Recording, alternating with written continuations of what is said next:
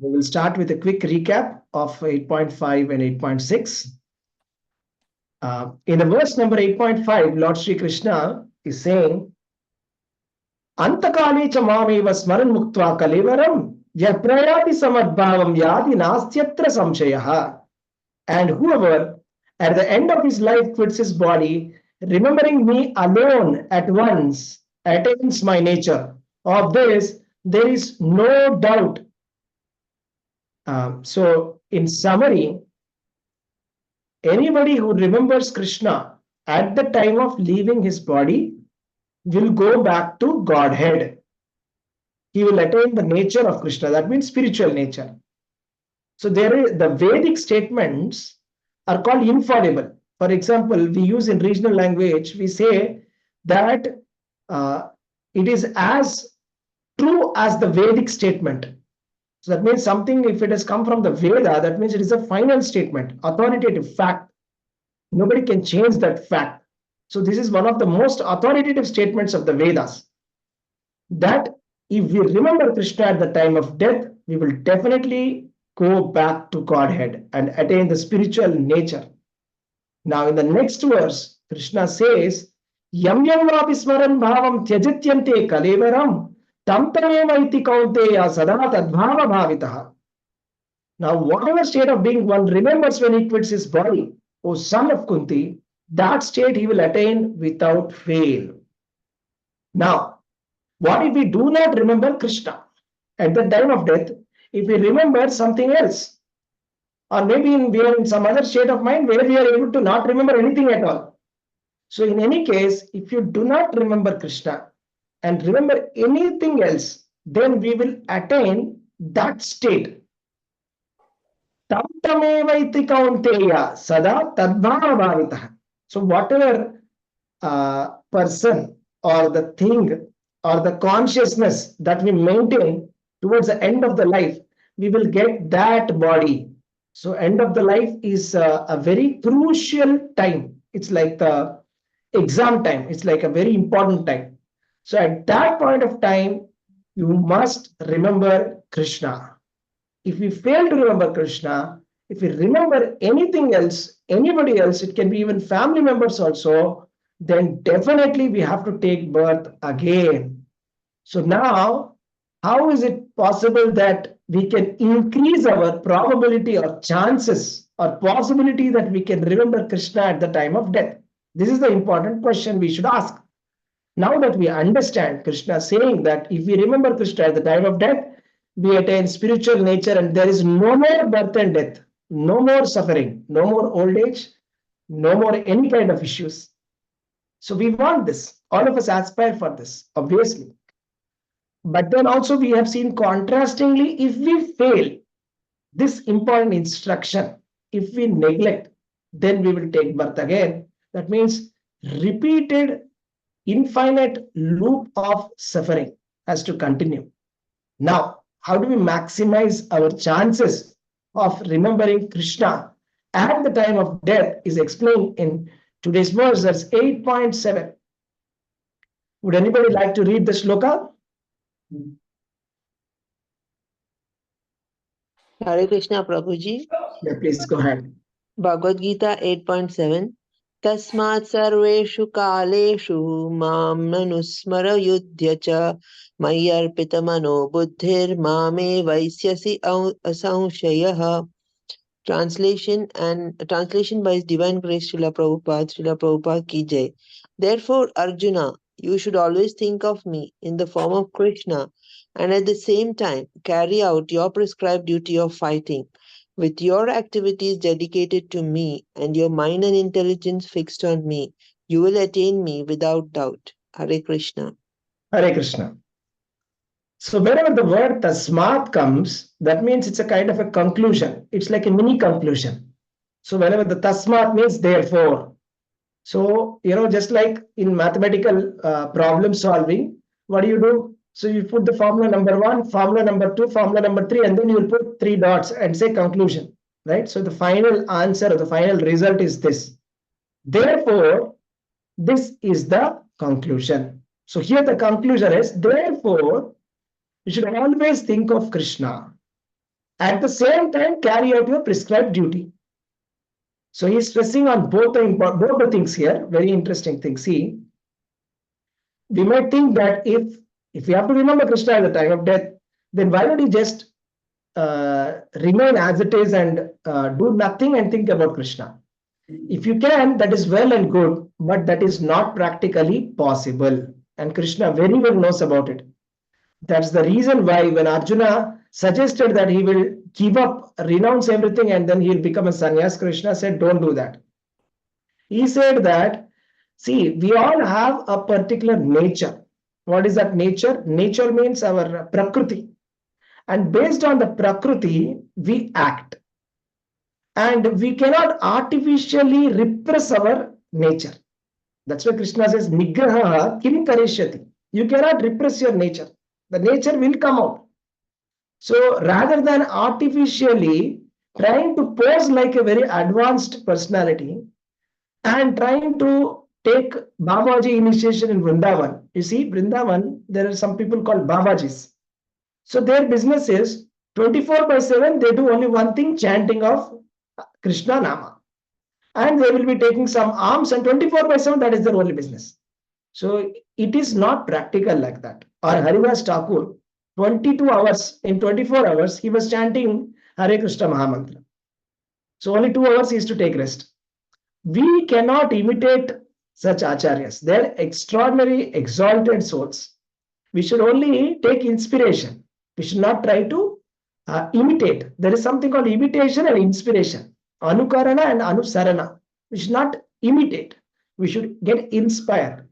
So similarly, if we think that, I will just sit down, okay, now I understood the final thing, I'm going to just sit down and chant Hare Krishna. It's not possible. Nigraha kim karishyati. That means, Arjuna, he may go out and become the sannyasi, but then somebody, let us say there is some kind of a sinful person or a criminal who will come and challenge him, then immediately he will take out his bow and start fighting.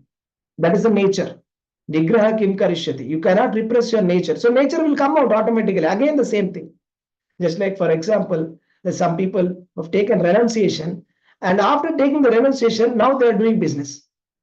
So that is a business. So the nature means he wants to become a businessman originally, but somehow he became a sannyasi. Now he is doing business. So ultimately the nature will come out. So better not to artificially act like somebody very exalted. It's just simply we should take what Krishna is saying. Krishna's instruction, we should take it. Krishna's instruction is very, very simple and clear. Tasmat sarveshu kaleshu mam anusmara yudhyacha. His instructions to Arjuna is, you always think of me. At the same time, carry out your prescribed duties. So the prescribed duties of Arjuna is to fight. So he is telling to Arjuna that you fight. At the same time, you remember me. Okay.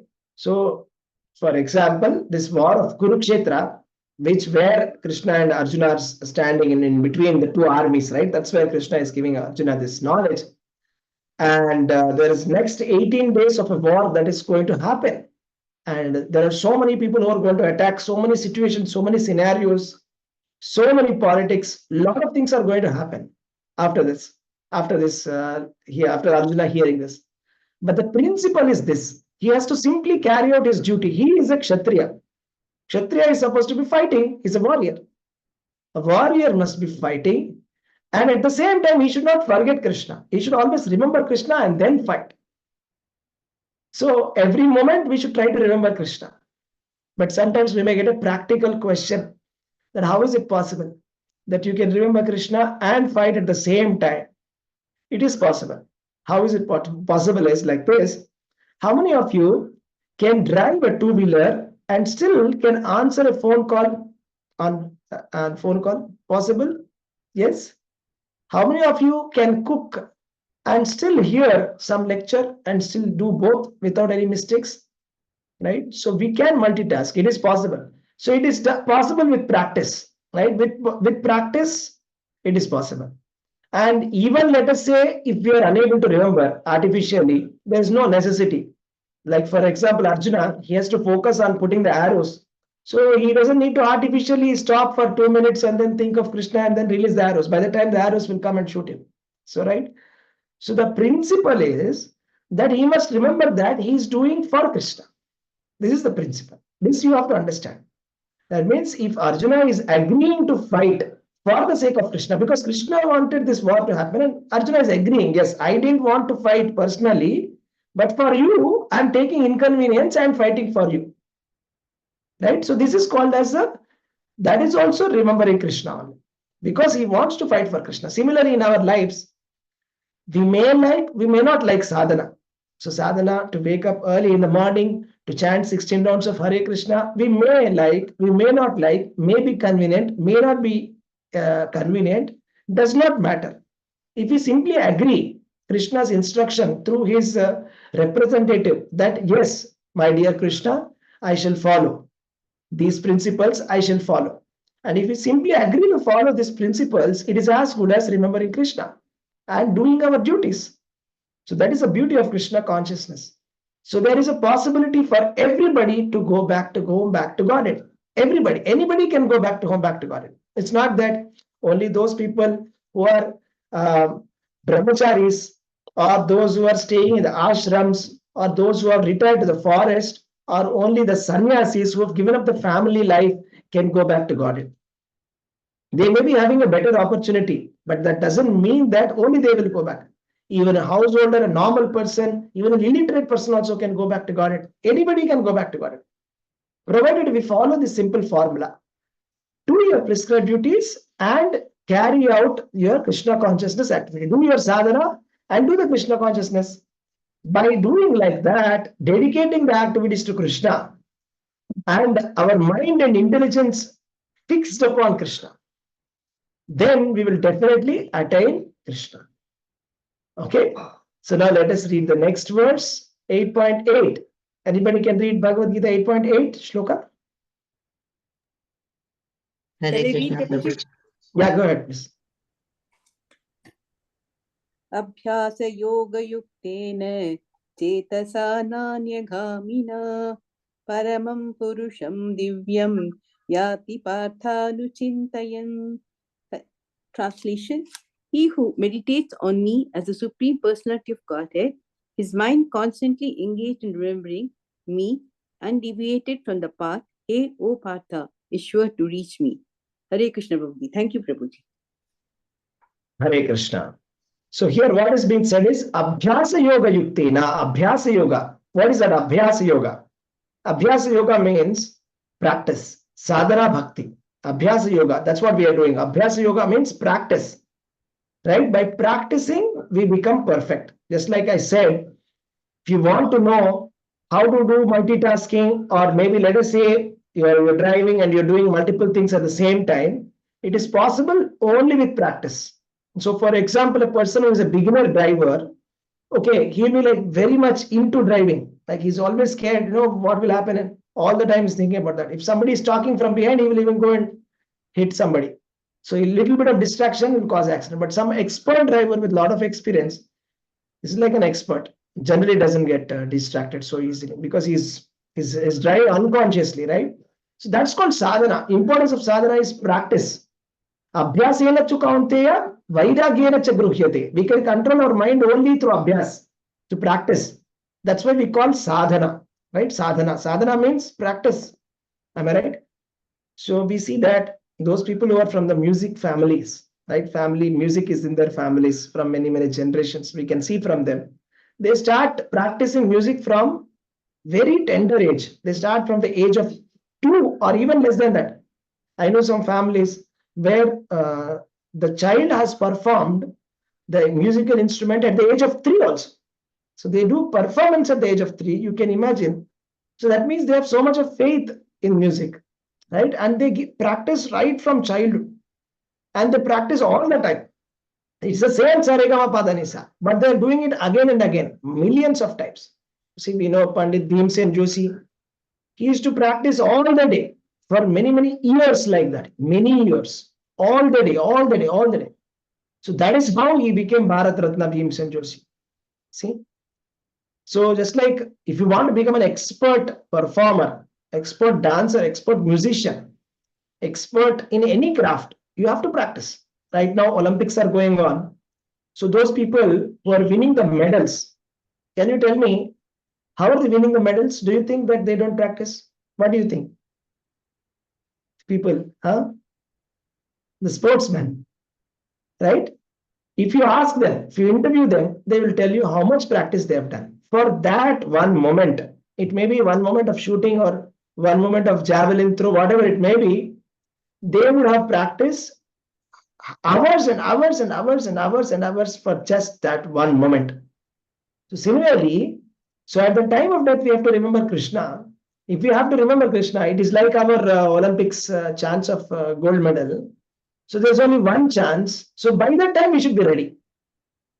So again, there can be multiple types of sportsmen. Some sportsmen may say, when the Olympics will come, 2024 will come, so I'll start in 2023, just 1 year before. Why should I sacrifice my sleep?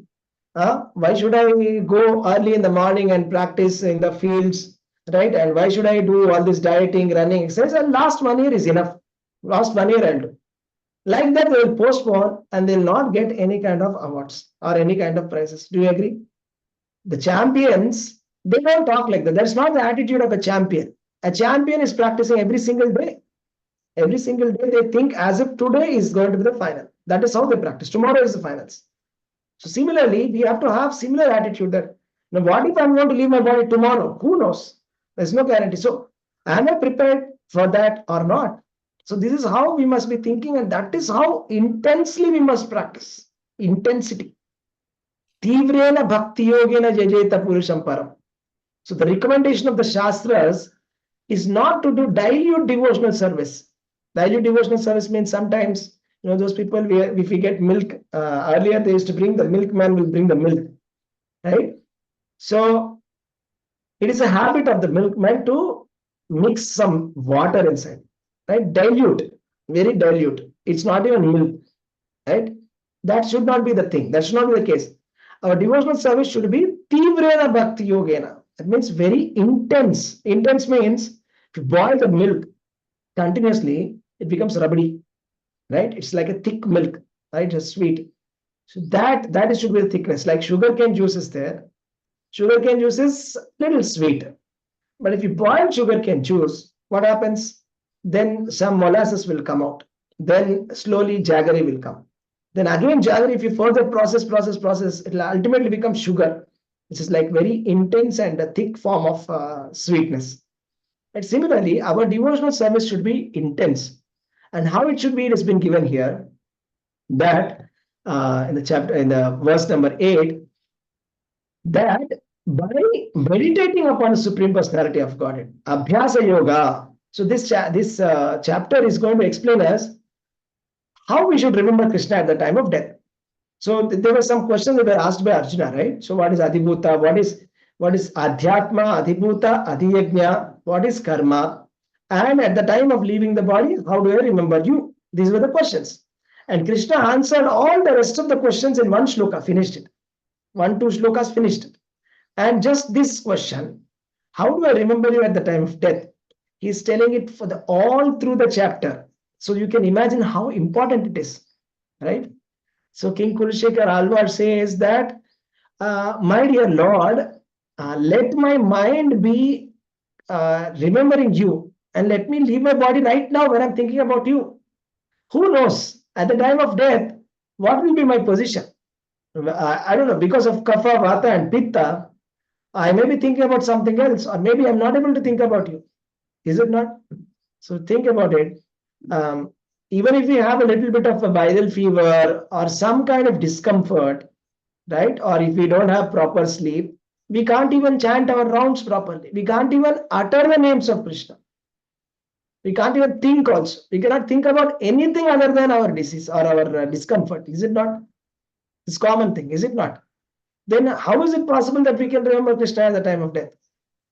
That's why Krishna is saying, therefore you always practice. That's why we practice. Why do we do so much of sadhana? We're not doing more, we're doing less. So just like a lot of people say, Why are you chanting so much? It's not required. Do a little bit, go to just temple a little bit and do a little bit, 10 minutes puja, it's enough.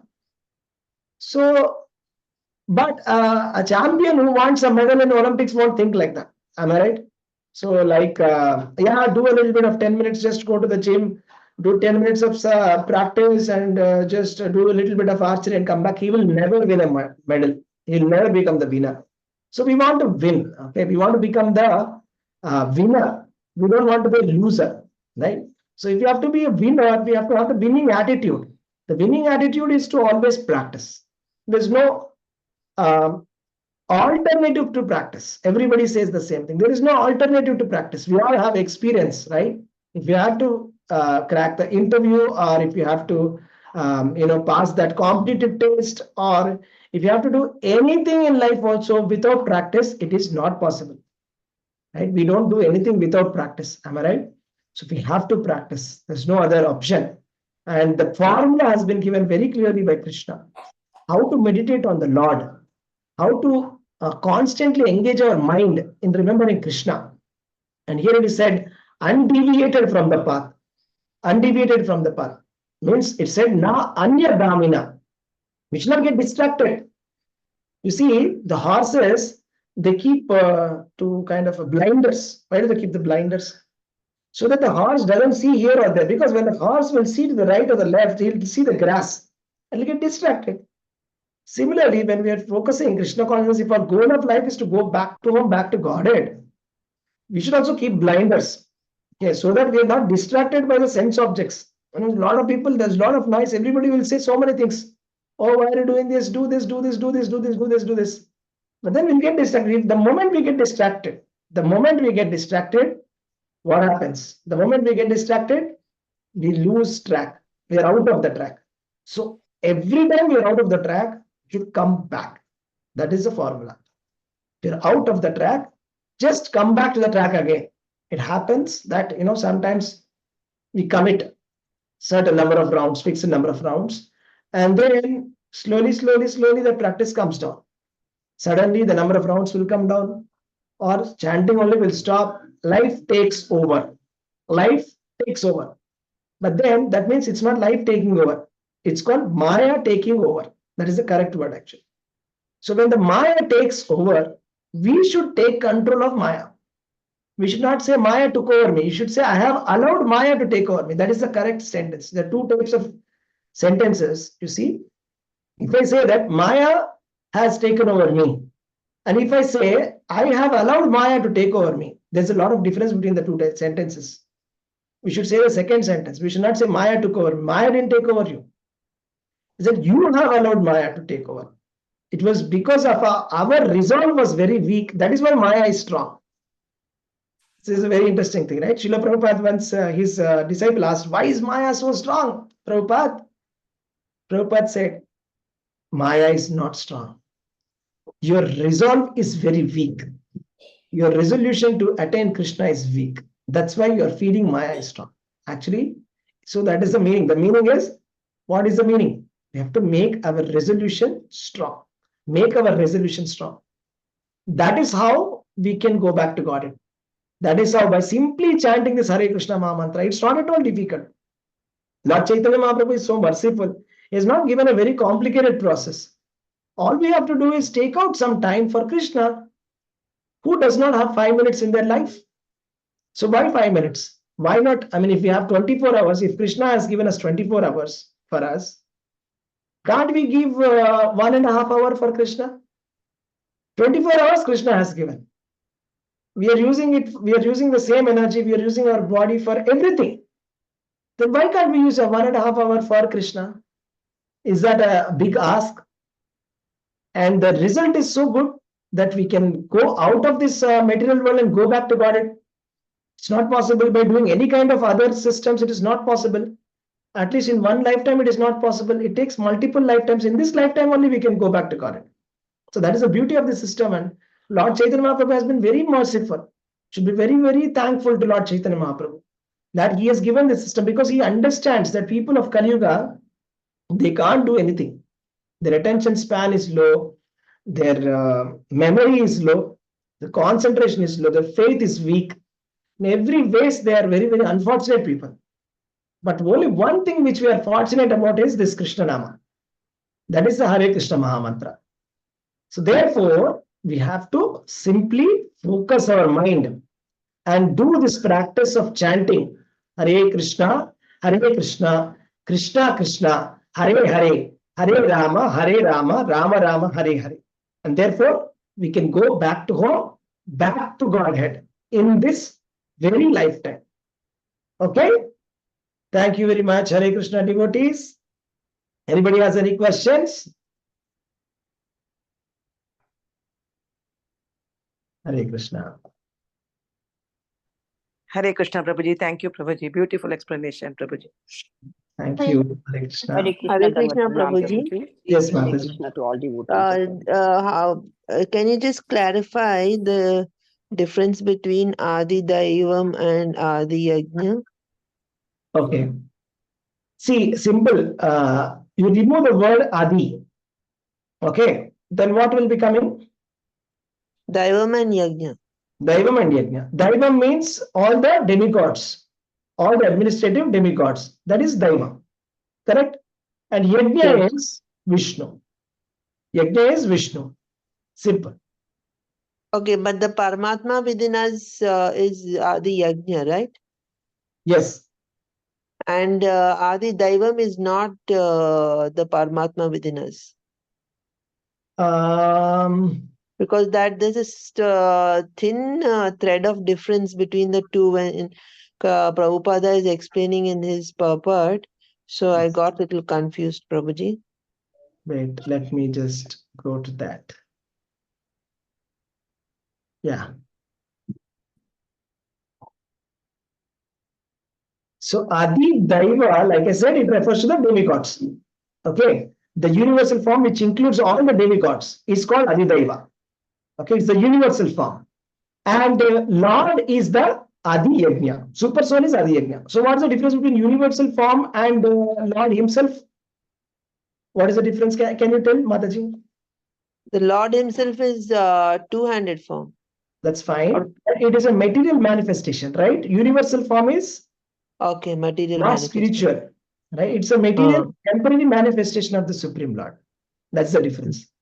That constitutes all the demigods. That's a material form. But Adi Yajna is a spiritual form, right? So Adi Yajna is a super soul. Yes, super soul, Paramatma. That's right. Thank you very much, Prabhuji. Welcome, Hare Krishna. Okay, any other questions, devotees?